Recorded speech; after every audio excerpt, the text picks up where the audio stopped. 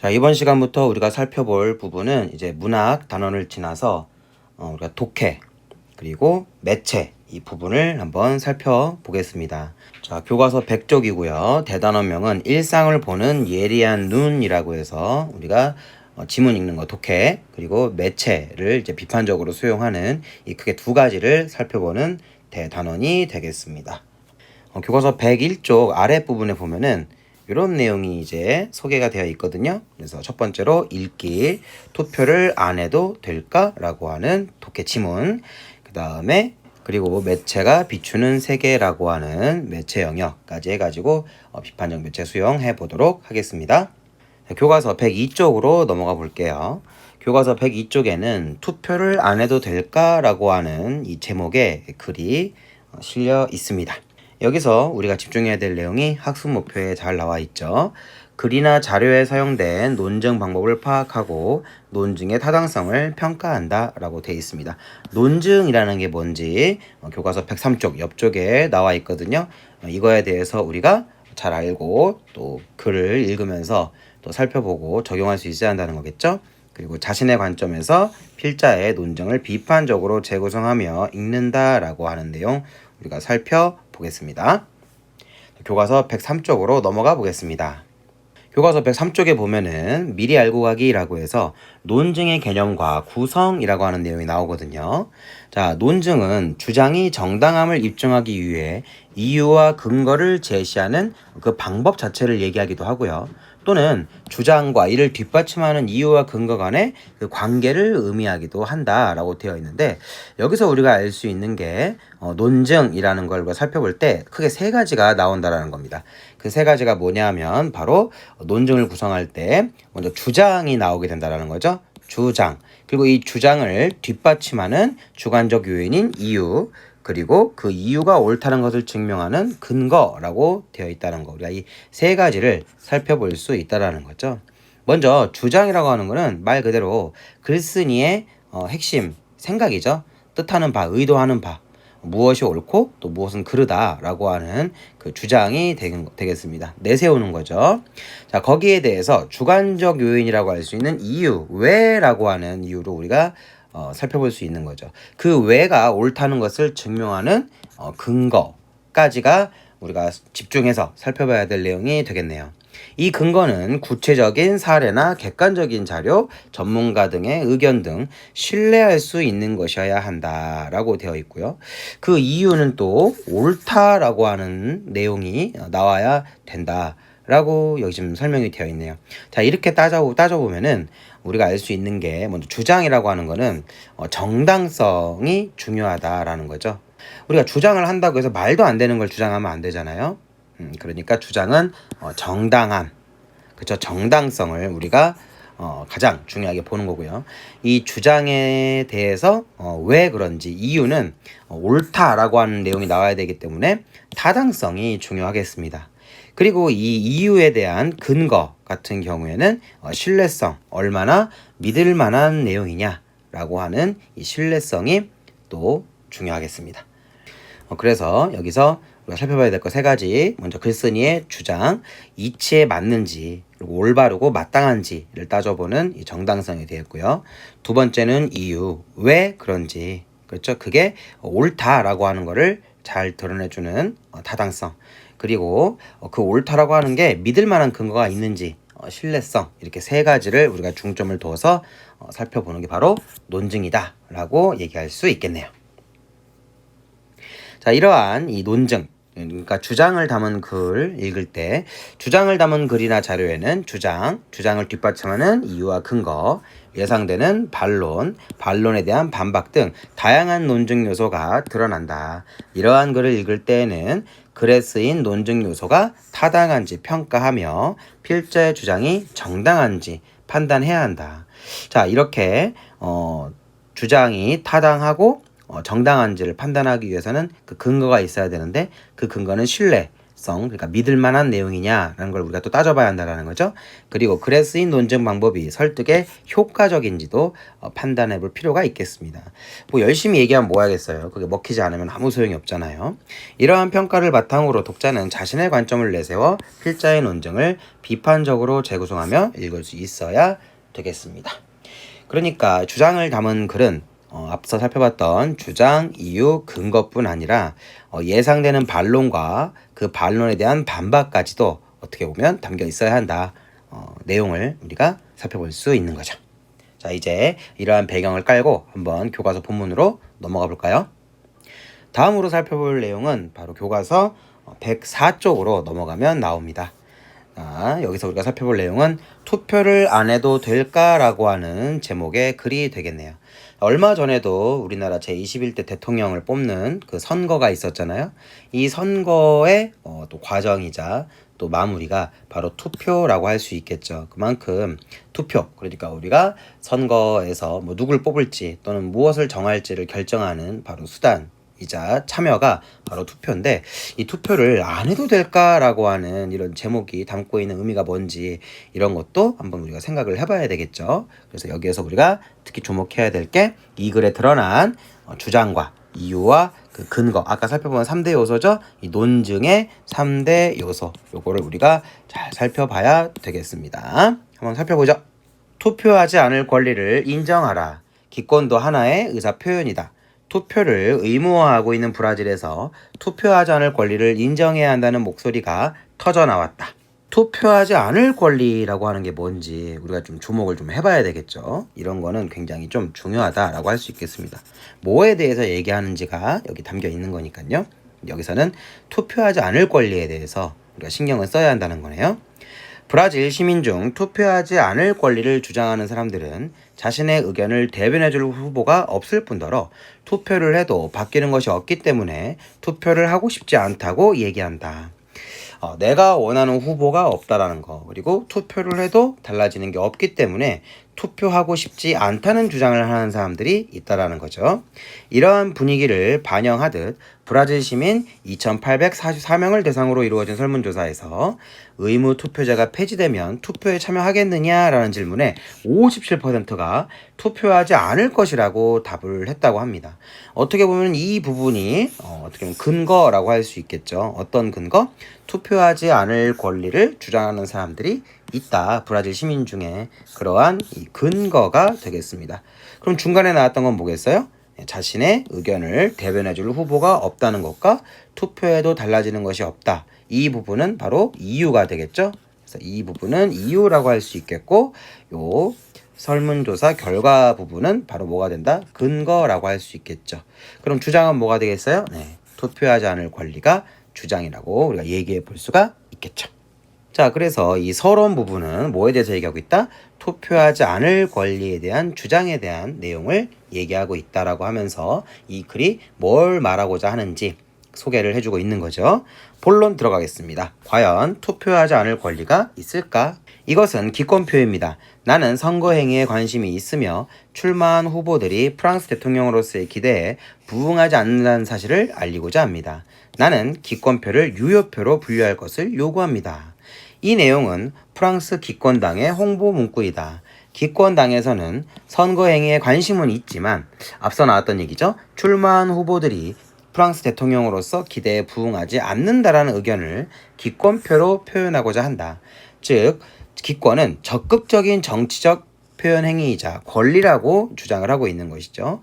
이에 대해 어떻게 생각하는가라고 하면서 이 의문을 던지면서 질문을 통해서 핵심을 제시하고 있습니다. 과연 투표하지 않을 권리가 있을까라고 하면서 질문을 통해서 논제를 제시하고 있죠. 무엇에 대해서 따지겠다라고 하는.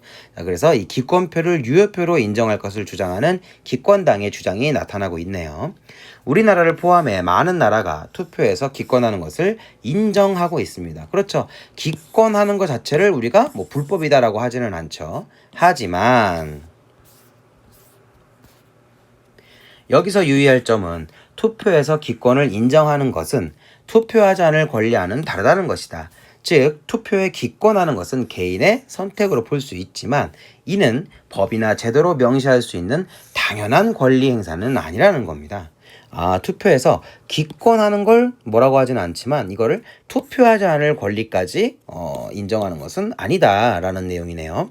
권리를 누리려면 전제 조건이 따르기 때문이다. 바로 민주주의 체제의 존속을 해치지 않아야 한다는 것이다.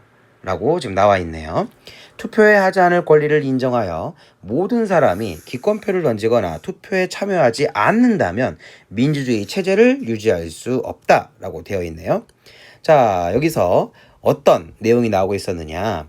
먼저 주장이 하나 나오고 있었죠. 어떤 주장이 나오고 있었어요? 투표에 기권을 인정한다고 해서 그것이 투표하지 않을 권리와 똑같지는 않다. 이건 다르다라고 하는 어떻게 보면 필자의 주장이 지금 나와 있는 거죠. 즉 투표에 기권하는 것은 개인의 선택이지만 이거를 당연한 권리 행사로 법적으로 제도로 명시할 수 있는 것은 아니다라고 하는 필자에 뭐가 나왔어요? 주장이 여기 나오고 있는 거죠. 여기에 대해서 왜? 이유가 나와야 되겠죠? 이유는 바로 이 부분이죠. 투표하지 않을 권리를 인정하여 모든 사람이 기권표를 던지거나 투표에 참여하지 않으면 민주주의 체제를 유지할 수 없다는 이유를 대고 있습니다. 자, 여러분들 민주주의라는 게 뭐예요? 바로 국민, 시민이 주인이 되는, 그렇죠? 국민과 시민들이 주권을 행사함으로써 정치, 통치, 시스템이 만들어지는 거. 이게 바로 민주주의잖아요. 그런데 그 민주주의에서 국민이나 시민들의 어떠한 의사 표현을 할 수 있는 이 투표에서 선거를 이거를 참여하지 않을 권리를 인정해서 아무도 투표에 참여하지 않는다면 민주주의 체제라는 게 굴러갈 수가 없겠죠. 운영될 수가 없는 거죠. 자, 이러한 이유를 대면서 또 근거를 대고 있습니다. 어떤 근거? 2022년 12월 아프리카의 튀니지에서 치러진 총선의 투표 참여율은 11.2%에 그쳤다. 이거는 10명 중에 1명 정도만 투표를 했다는 거죠. 이로 인해 튀니지가 채택한 민주주의 체제가 위태로워졌고 민주주의의 정당성도 훼손되었다라고 하는 근거, 동시에 투표율이 낮을 경우에 발생하는 문제점을 지금 지적해주고 있네요. 자, 이렇게 국민들, 시민들이 무관심, 정치에 무관심하고 선거, 투표에 무관심하면 결국 누가 제일 좋아하느냐? 독재자들, 그렇죠? 그런 사람들이 제일 좋아하는 거죠. 선거에서는 투표로 정부와 정치인들에게 국민을 대표하는 자격을 부여한다. 그렇죠. 선거에서 뽑힌 사람에게 우리가 우리의 권리를 위임하는 것도 있잖아요. 많은 사람들이 투표에 기권한다면 정부와 정치인들이 국민을 대표한다고 보기 어렵다. 자, 이것도 문제점이자 근거가 될 수 있겠죠. 어떤 근거? 투표율이 낮을 경우에 발생하는 문제점. 어떤 문제점? 민주주의 체제를 유지할 수 없다는 문제점에 대한 근거가 되는 거죠. 자, 왜 투표율이 낮으면 정부와 정치인들이 국민들을 대표한다고 보기 어려워요? 아까 튀니지에서 치러진 이 총선의 투표 참여율이 11.2%라고 했잖아요. 그럼 10명 중에 1명 정도면 투표를 했다는 건데 10명 중에 1명이 뽑은 대표를 우리가 진짜 대표라고 얘기할 수 있느냐라고 하는 문제가, 대표성의 문제가 생기는 거죠. 그런 정부와 정치인들이 국민의 의견을 사회 전반에 반영하기 힘든 것은 당연하다. 그렇죠. 10명 중에 1명의 의견만 대표하게 되는 거잖아요. 따라서 사회 구성원으로서 책임을 다하기 위해서도 투표하지 않을 권리는 없다라고 하는 필자의 주장이 마지막에 이렇게 다시 한번 나오고 있습니다. 결론적으로 이 부분에서는 투표하지 않을 권리를 인정해야 한다는 것에 대해서 이 글쓴이 필자는 투표하지 않을 권리를 인정할 수 없다, 인정해서는 안 된다라고 하는 주장, 그리고 그 이유, 그리고 그 근거까지 아주 잘 얘기해주고 있었습니다. 자, 그럼 다음 부분 한번 볼까요? 하지만 여전히 석연치 않은 부분이 있다. 지지하는 후보나 정당이 없다면 투표를 안 해도 되지 않는가 하는 의문이 든다는 것이다. 그렇죠. 투표하지 않을 권리는 없다라고 하는 주장에 대해서 아니 내가 원하는 후보나 정당이 없는데 투표 내가 뭐하러 해야 돼라고 하는 그런 반론이 있을 수 있잖아요. 여기에 대해서 또 답을 하는 내용이 나옵니다. 언뜻 들으면 맞는 말처럼 들린다. 마땅한 후보가 없다고 생각하는 사람들에게는 투표를 하는 것이 무의미하게 느껴질 수도 있다. 하지만 우리가 간과해서는 안 되는 게 무엇이다? 이거죠. 기권은 암묵적 동의와 같다는 것을 알아야 한다는 겁니다. 자, 여기 기권은 암묵적 동의다라고 하는 내용이 나오는데 암묵적이라고 하는 거는 겉으로 확 드러나거나 대놓고 얘기하는 것은 아니지만 어떤 의견이나 어떤 흐름에 따라가는 거, 이거를 우리가 암묵적 동의라고 얘기합니다. 예를 들어서 우리가 친구들이랑 같이 밥을 먹으러 간다고 했을 때, 야, 우리 분식 먹으러 가자라고 했을 때, 다들 그래 그래 가자라고 적극적으로 동의를 했는데 어떤 친구는 말은 안 해요. 근데 그냥 따라가는 거야. 그럼 우리가 암묵적 동의라고 얘기할 수 있는 거죠. 자, 이렇게 기권, 그러니까 자신의 의사 표현을 하지 않는 기권이 결국은 뭐랑 똑같아진다? 암묵적 동의와 같다라는 것을 우리가 알아야 한다라는 겁니다. 우리는 민주주의 사회에서 살아가고 있기 때문에 다수의 의견이 반영된 투표 결과에 따라야 한다. 누구도 지지하지 않는다며 기권을 하면 결국 지지하지 않았던 사람의 통치를 받는 역설적인 상황을 맞이하게 된다라고 되어 있는 거죠. 아까 밥 먹으러 가자고 했을 때 분식 먹으러 가자라고 얘기했을 때 만약에 아무도 얘기를 하지 않는다면 그 분식 먹으러 가자는 사람의 의견을 그냥 따라갈 수밖에 없는 거잖아요. 이런 식으로 우리가 의견을 적극적으로 표현하지 않으면, 그러니까 투표를 하지 않으면, 이렇게 투표를 하지 않으면 결국 지지하지 않았던 사람의 통치를 받게 되는 역설적인 상황. 그 사람을 적극적으로 지지한 것은 아니지만 내가 기권함으로 인해서 어떤 누군가의 통치를 받는 이러한 문제가 발생할 수 있다는 것이죠. 이렇게 교과서 105쪽에는 투표하지 않을 권리는 없다라고 하는 필자의 주장에 대해서 예상되는 반론, 지지하는 후보나 정당이 없으면 투표 안 해도 되지 않나? 라고 하는 예상되는 반론에 대해서 왜 그렇게 하면 안 되는지 다시 필자가 반박하는 식으로 내용이 진행되고 있다라고 우리가 핵심을 정리할 수 있겠습니다. 자, 이번에는 교과서 106쪽으로 넘어가 볼까요? 이번엔 두 번째 본론입니다. 어차피 투표해도 안 바뀌던데 라고 하는 부제를 달고 있네요. 투표하지 않을 권리는 사실상 없다고 하지만 투표하지 않을 권리를 주장하는 사람들이 하는 말에 귀를 기울일 필요는 있다. 그렇죠. 왜 투표를 안 하려고 하느냐라고 하는 그 이유와 그 근거는 들어볼 필요가 있는 거죠. 투표에 기권하여 하고 싶은 말이 있을 것이기 때문이다. 그들의 주장에는 어떤 의미가 숨어 있을까?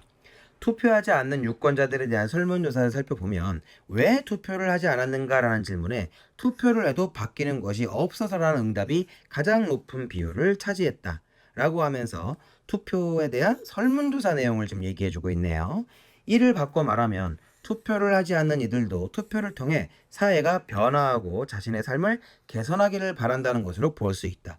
그렇죠. 원래 이 투표를 하고 싶지 않은 이들도 기본적으로는 원래는 사회가 바뀌고 자신의 삶이 역시 개선되기를, 바뀌는 이걸 바라기 때문에 투표를 했는데 그게 바뀌지 않으니까 결국은 투표를 하지 않는다라는 답이 나오는 것으로 우리가 이해할 수 있거든요.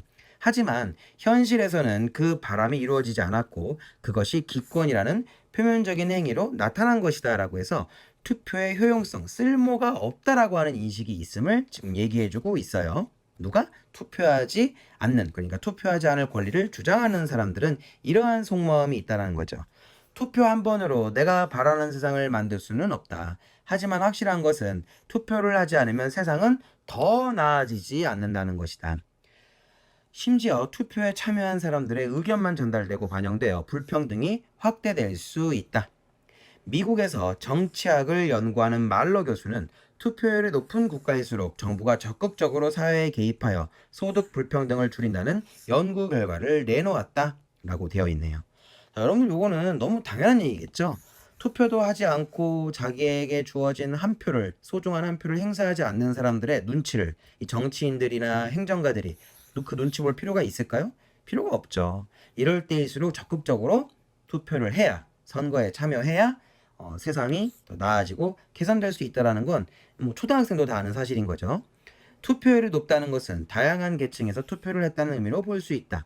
투표율이 높은 국가의 정부는 다양한 계층의 의견을 받아들이기 때문에 일부 계층이 아닌 여러 계층을 위한 정책을 펼치게 된다는 것이다.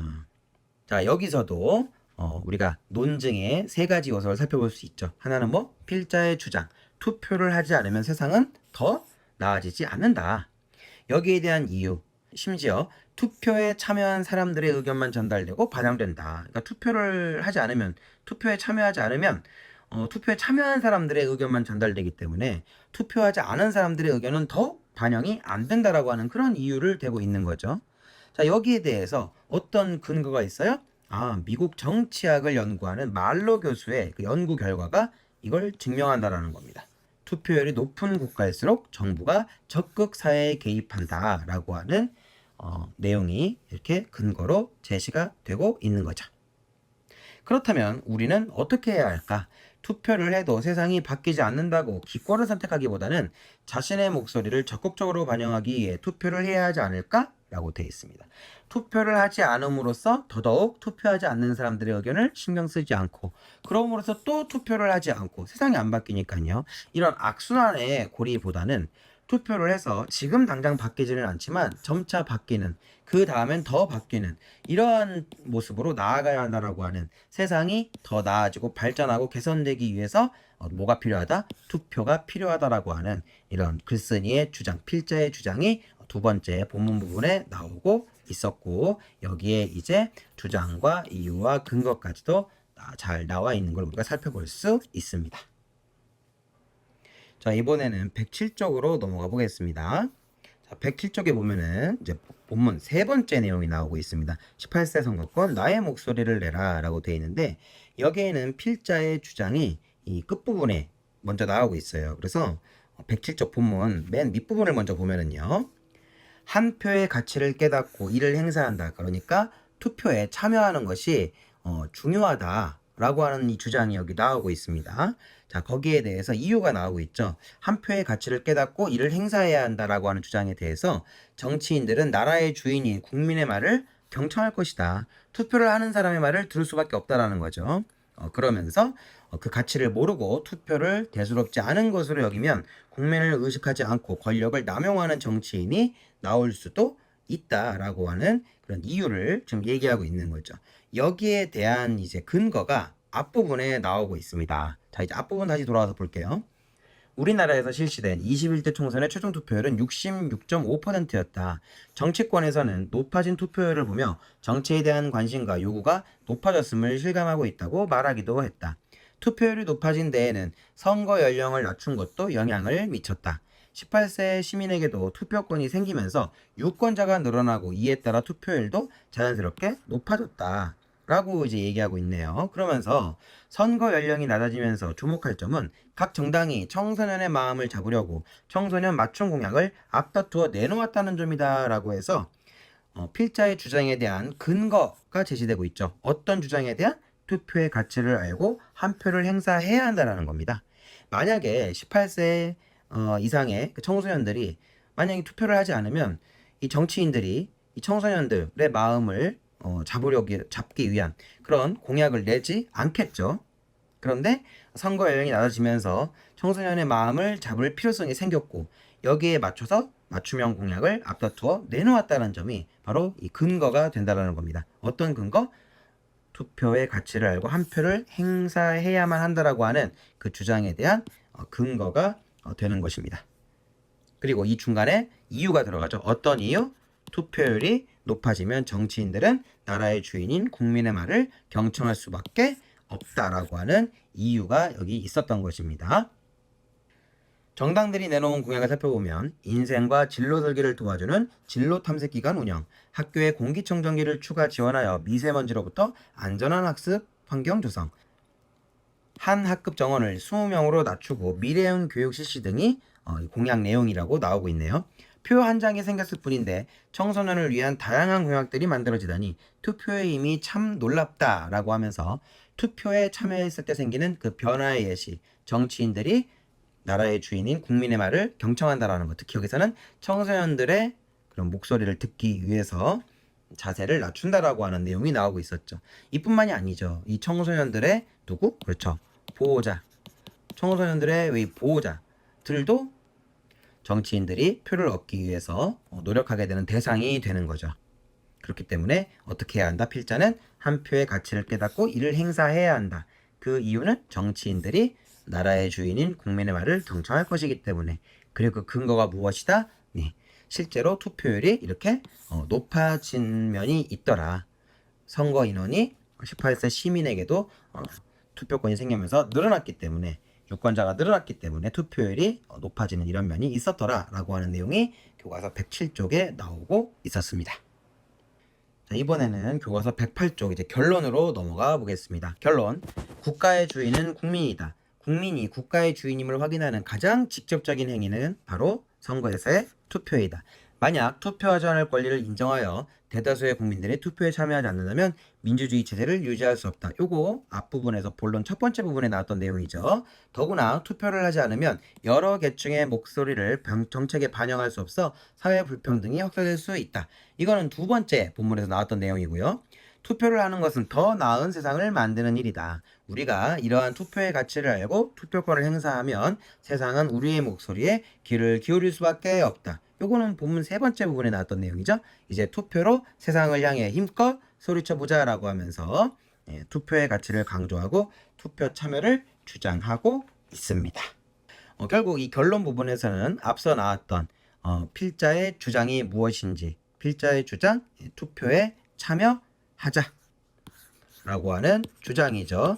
이 주장에 대해서 어떤 이유와 근거가 이렇게 나오고 있습니다. 자, 이렇게 우리가 필자가 말하는 투표의 의의와 가치를 최종적으로 정리해 볼 수 있겠습니다. 여기서 여러분들 104쪽에 있는 핵심 정리를 한번 같이 살펴보도록 하겠습니다. 제재 개관 부분을 한번 같이 볼게요. 자, 이 글의 갈래는 논설문입니다. 글쓴이의 주장이 나타나고 그 주장에 대한 이유, 그리고 이걸 뒷받침하는 근거, 이렇게 3박자 논증이 나오게 되는 글이 바로 요 논설문이었습니다. 자, 성격은 당연히 논리적일 수밖에 없겠죠. 그 다음에 이 글을 읽는 독자를 설득하기 위한 것이고요. 그리고 잘못된 것을 비판하는 그런 성격이 있고, 예를 들어서 주장을 펼치고 있잖아요. 그래서 예를 들어준다는 면에서 예시적이다라고 할 수 있겠습니다. 이 글이 다루는 내용은 바로 투표하지 않을 권리에 대해서 얘기하고 있고, 이 투표하지 않을 권리가 사회에 어떤 영향을 미치고 그렇기 때문에 투표를 왜 해야 되는지 라고 하는 내용을 주제로 담고 있습니다. 특징, 투표와 관련한 다른 나라의 사례, 아까 예시적이라고 했었잖아요. 그리고 투표율에 대한 연구 결과 등을 근거로 삼아서 뭘 높여주고 있다? 주장에 대한 신뢰성을 높이고 있다. 아까 우리가 뭐라고 했었죠? 주장이라고 하는 것은 뭐가 있어야 한다? 네, 정당성이 있어야 한다. 이치에 맞고 올바라야 한다고 했잖아요. 거기에 대해서 이유는 뭐가 있어야 한다? 타당성이 있어야 한다고 했습니다. 그리고 그 옳다는 것을 증명하기 위해서 뭐가 있어야 한다? 바로 근거가 있어야 한다라고 했었죠. 이 근거는 어떻다? 신뢰성이 매우 중요하다라고 했었습니다. 정리하자면 필자의 주장은 뭐가 있어야 한다? 정당성이 있어야 한다.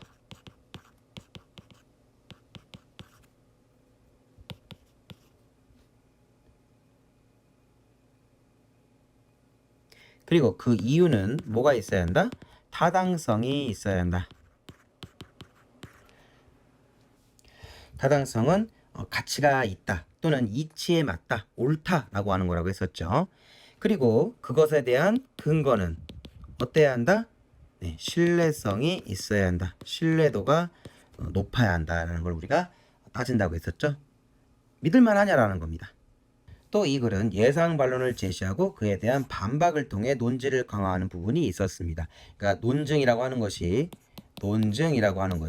이렇게 주장, 이유, 근거뿐 아니라 예상 반론과 그에 대한 반박까지도 나와주는 게 훨씬 더 짜임새가 있다는 걸 알 수 있죠.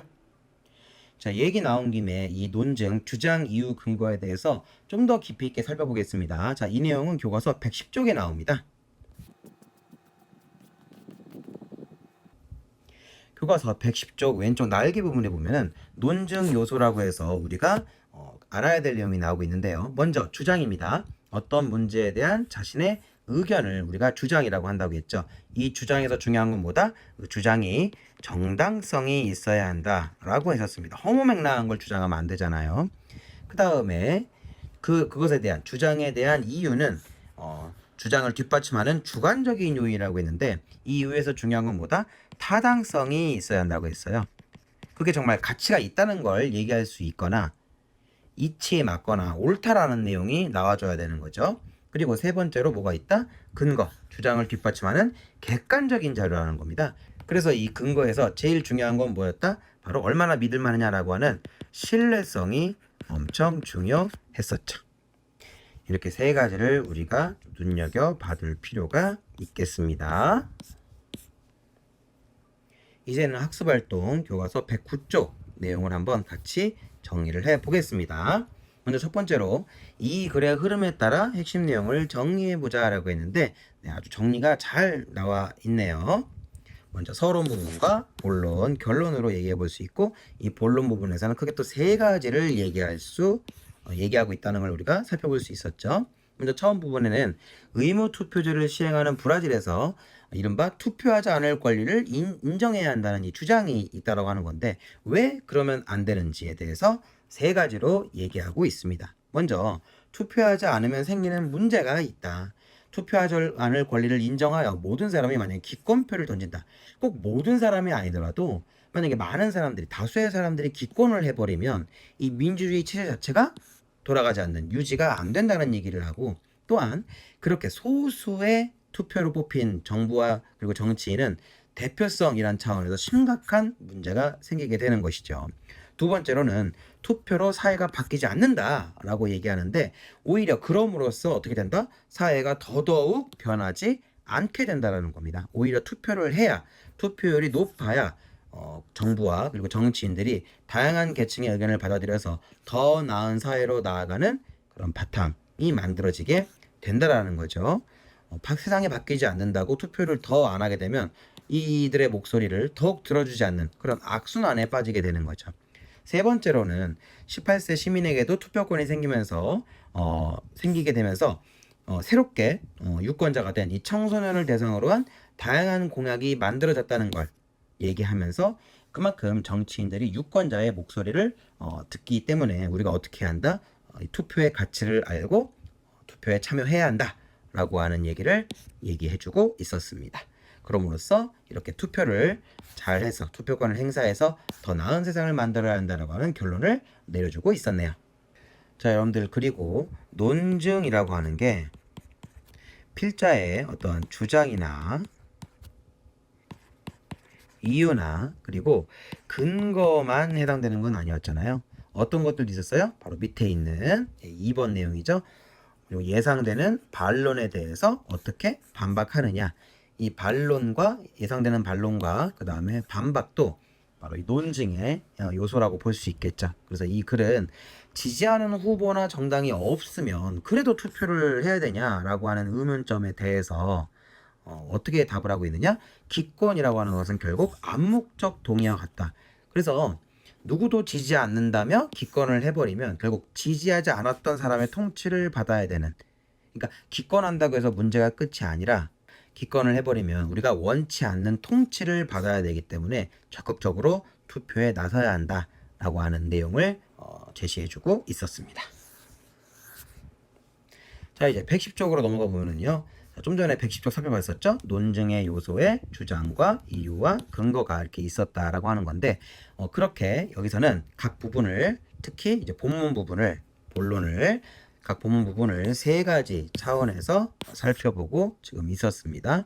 그래서 세 가지의 논증 요소를 한번 정리해 보는 건데요. 첫 번째로는 투표하지 않을 권리가 있을까라고 해서 주장, 이유, 근거가 각각 제시되고 있었고요.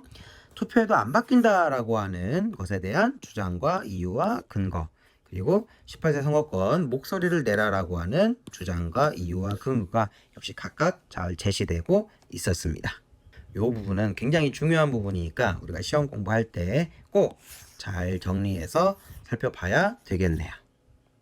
다음으로는요, 밑에 내용을 보면 이 글이 어떤 논증 방법을 또 사용하고 있느냐라고 하는 내용이 나오거든요.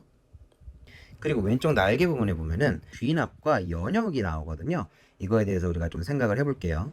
먼저 귀납은 뭐냐면, 귀납은요, 여러 구체적이고 개별적인 사실로부터 일반적이고 보편적인 주장을 끌어내는 논증 방법이라고 되어 있는데, 이거는 이 설명 방법보다 예를 들어서 이해하는 게 훨씬 빠릅니다. 예를 들어서 여러분들 백조라고 하는 새를 가지고 예를 들어 보겠습니다. 자, 백조는요, 우리가 다 알다시피 무슨 색이죠? 흰색이죠. 이거는 스완이라고 하는데 이 백조라고 하는 말 자체에 이미 하얗다라고 하는 의미가 들어있잖아요. 그런데 예전에 발견된 이 백조, 그러니까 스완은 전부 다 무슨 색이었느냐? 흰색이었어요. 그래서 사람들이 전부 다 백조는 하얗다라고 하는 그런 인식이 있었거든요. 그러니까 여러 구체적이고 개별적인 사실들, 지금까지 발견된 백조들이 다 무슨 색이었다? 흰색이었다 라고 하는 이러한 사실로부터 일반적이고 보편적인 주장, 그러니까 이 세상에 있는 백조는 다 무슨 색이다? 다 흰색이구나 라고 이제 생각을 했던 거죠. 이런 걸 우리가 뭐라고 한다? 귀납이라고 얘기합니다. 그러니까 귀납은 경험을 통해서 그리고 관찰을 통해서 얻어진 이 개별적인 것들을 모아보니까 이렇더라 라고 하는 그런 일반적이고 보편적인 주장을 끌어내는 논증 방법이 되겠습니다. 이 귀납법은요, 단점이 있어요. 어떤 단점이 있느냐? 이 귀납법은 개별적인 구체적인 사실에서부터 일반적인 걸 끌어오는 거잖아요. 그러다 보니까 예외가 나타날 수 있다라고 하는 점을 우리가 생각을 해야 되겠습니다.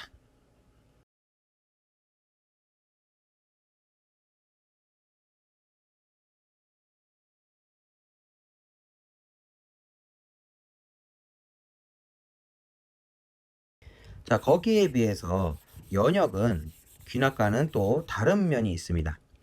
귀납이 개별적인 사실에서 보편적인 사실을 끌어냈다면 연역은 그 반대예요. 오히려 일반적인 사실을 전제로 해서 구체적인 개별적인 사실을 끌어내는 논증 방법이 되겠습니다. 예를 들어서 사람은 어떻게 돼요? 다 죽는다 라고 하는 아주 어떤 일반적인 사실이 있잖아요. 여기에 대해서 철수는 누구다? 사람이다. 그럼 어떤 결론을 내릴 수 있죠? 철수는 언젠가 어떻게 된다? 언젠가 죽는다 라고 하는 결론을 끌어낼 수 있잖아요. 그래서 연역은 이 전제가, 그러니까 일반적인 사실 이 전제가 오르면 그 결론도 다 옳아요. 자, 그럼 뭐가 단점이 되겠어요? 전제가 틀리면 결론도 틀리게 됩니다. 자, 그런데 이 글에서는 그럼 어떠한 논증 방법을 사용했느냐라고 했을 때 이 글에서는 투표에 참여하지 않을 때 생기는 문제와 투표에 참여했을 때 얻을 수 있는 긍정적 효과에 대한 개별적인 사실들, 각 사례들이 나오고 있었죠. 이 사실들을 바탕으로 투표의 가치를 알고 투표권을 행사하자는 그러한 주장을 끌어내고 있는 거잖아요. 그래서 구체적이고 개별적인 사실들로부터 일반적인 주장을 끌어내는, 그러니까 귀납에 해당하는 방법을 사용하고 있다는 겁니다. 자, 이번에는 교과서 111쪽에 논증 요소를 평가하는 그런 부분을 한번 같이 살펴보도록 할게요. 여기서 우리가 다른 것들은 여러분들이 꼭 읽어보시고요. 요것만 저랑 같이 한번 살펴보죠. 주장을 뒷받침할 만큼 이유와 근거가 충분한가 라고 했는데 이 근거 부분에 대해서 우리가 한번 살펴보는 것으로 한번 얘기를 좀 해보겠습니다. 두 번째랑 세 번째 내용이 될 텐데 여기 보면 이런 내용이 나와요. 보완해야 될 부분에 대해서 투표하지 않은 유권자들에 대한 설문조사의 경우 설문조사의 구체적인 수치나 조사 방법들이 제시되지 않았기 때문에 근거로 다소 미흡하다. 자, 근거라고 하는 것은 뭐가 중요하다고 했었죠? 신뢰성이 중요하다고 했었잖아요. 그런데 이 본문에 보면 설문조사 내용이 구체적으로 제시가 되고 있느냐라는 거에 대해서 이 부분 구체적인 수치나 조사 방법 같은 것들이 나와 있지 않다라는 거예요. 자, 이 내용이 어디 나오냐면요. 교과서 104쪽으로 가봤을 때요. 바로 이 부분에 나타나죠. 브라질 시민 2,844명을 대상으로 이루어진 이 설문조사에서 라고 하면서 57%는 투표를 하지 않을 것이라고 답했다고 하는데 여기서 브라질 시민 2,844명이라는 것만 나와 있지 이 설문조사의 구체적인 수치나 조사 방법 같은 것들은 나와 있지 않거든요. 예를 들어서 57% 외에 다른 사람들은 뭐라고 얘기했는지도 이렇게 나와 있지 않고, 그리고 뭐 언제 실시했는지 뭐 이런 것들도 나와 있지 않고요. 그리고 설문조사의 신뢰도, 정확도가 몇 퍼센트, 오차 범위는 어느 정도인지도 나와 있지 않죠. 이런 면에서 봤을 때, 이 글의 논증 요소와 논증 방법을 평가했을 때 뭘 보완할 필요가 있다? 바로 이 근거의 신뢰성 부분, 신뢰도 부분에 대해서 우리가 더 보완을 좀 할 필요가 있다 라고 얘기할 수 있겠네요. 자, 이제 마지막으로 교과서 113쪽으로 한번 넘어가 보겠습니다. 자, 여기서 우리가 이 투표하지 않을 권리에 대한 이 내용을 가지고 논증의 구성 요소는 뭐가 있는지, 뭐가 있었죠? 주장, 이유, 근거, 그리고 예상 반론과 그에 대한 반박, 이렇게 우리가 살펴볼 수 있었죠. 자, 거기에 대해서 우리가 평가를 할 때 어떻게 평가해야 되느냐라고 해가지고 이 부분도 정리를 꼭 해보셔야 되겠습니다. 자, 여러분들 이렇게 이 내용을 교과서 본문에 적용해서 찾아볼 수 있어야 되겠습니다.